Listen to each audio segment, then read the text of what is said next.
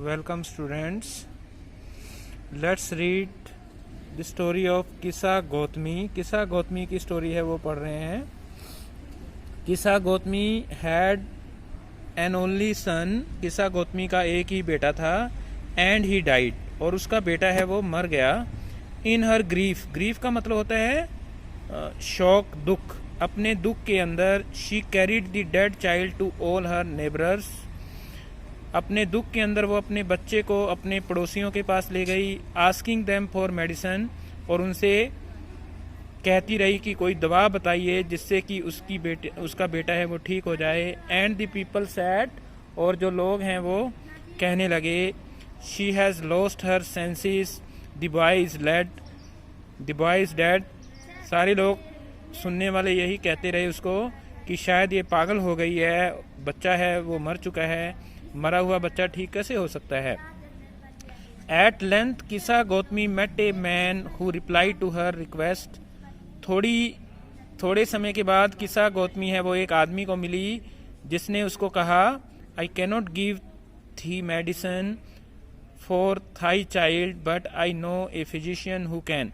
वो ये कहता है कि मैं नहीं जानता कि आपके बच्चे को कौन सी दवा देनी है. मेडिसिन दवा होती है, लेकिन मैं जानता हूँ, एक डॉक्टर को जानता हूँ. फिजिशियन होता है डॉक्टर. मैं एक डॉक्टर को जानता हूँ जो आपके बच्चे का इलाज कर सकता है. And the girl said. और लड़की ने कहा pray tell me sir who is it. और उस आदमी ने बोला कि कृपा करके मेरे को ये बताइए कि वो आदमी है वो कौन है. And the man replied. और उस आदमी ने जवाब दिया गो टू शाक्या मुनि दी बुद्धा. आपको शाक्या मुनि बुद्धा के पास जाना चाहिए. Kisa Gautami repair to the Buddha and cried.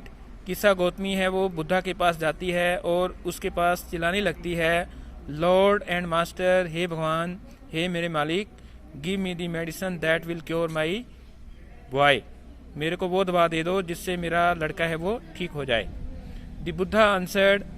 जवाब में गौतम बुद्ध ने जवाब दिया I want A handful of mustard seed. मेरे को एक मुट्ठी भर सरसों चाहिए, सरसों के बीज चाहिए. And when the girl in her joy promise to procure it.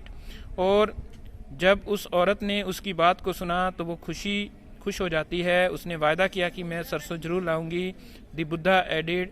Buddha ने अपनी बात के अंदर आगे जोड़ते हुए बोला the mustard seed must be taken from a house where no one has lost a child, husband, parent और फ्रेंड. आपको सरसों के बीज, मस्टर्ड का मतलब सरसों होता है, सरसों के बीज वहाँ से लाने हैं जहाँ पर जिस घर के अंदर ना तो कोई बच्चा मरा हो, ना ही किसी का पति मरा हो, ना ही किसी के माता पिता मरे हो, ना ही किसी का दोस्त मरा हो. Poor Kisa Gautami now went from house to house and the people pitied her and sad.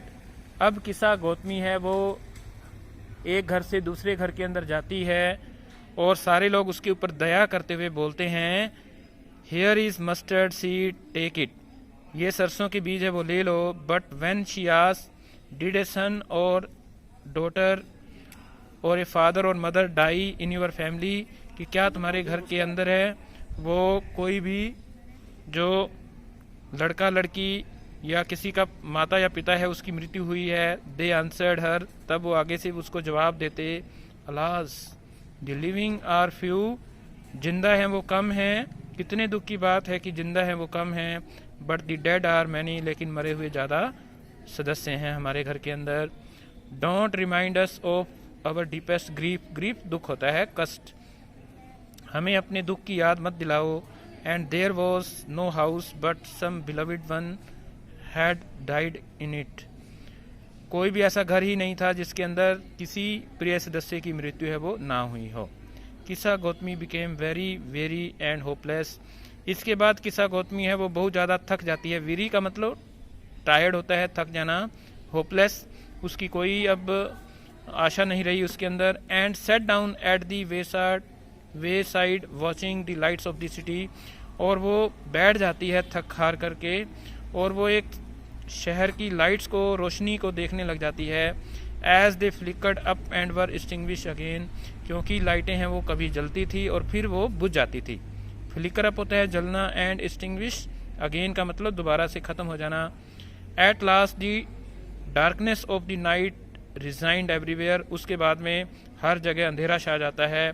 And she consider the fate of the man that their lives flicker up and are extinguished again, और उसने देखा कि जो इंसान होते हैं उनका भाग्य भी ऐसा ही होता है, उन्हें जीवन मिलता है और फिर वो एक्सटिंग्विश हो जाते हैं, फिर वो ख़त्म हो जाते हैं।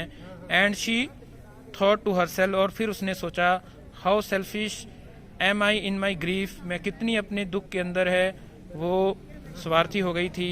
Death is common to all, मृत्यु है वो सभी की होती है।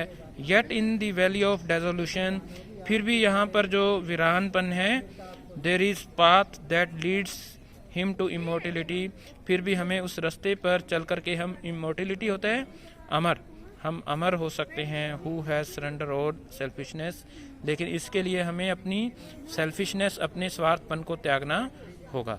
तो this is the story of Kisa Gautami. Okay, and Kisa Gautami came to know this universal truth about death, उसे यूनिवर्सल ट्रूथ डेथ का पता चलता है गौतम बुद्ध से। Okay, I do hope that now you came to know the story of Kissa Gautami. With this, our reading of the chapter is over. In the next videos, I shall explain you some important question based on this chapter. Thank you very much for listening me, and have a nice day.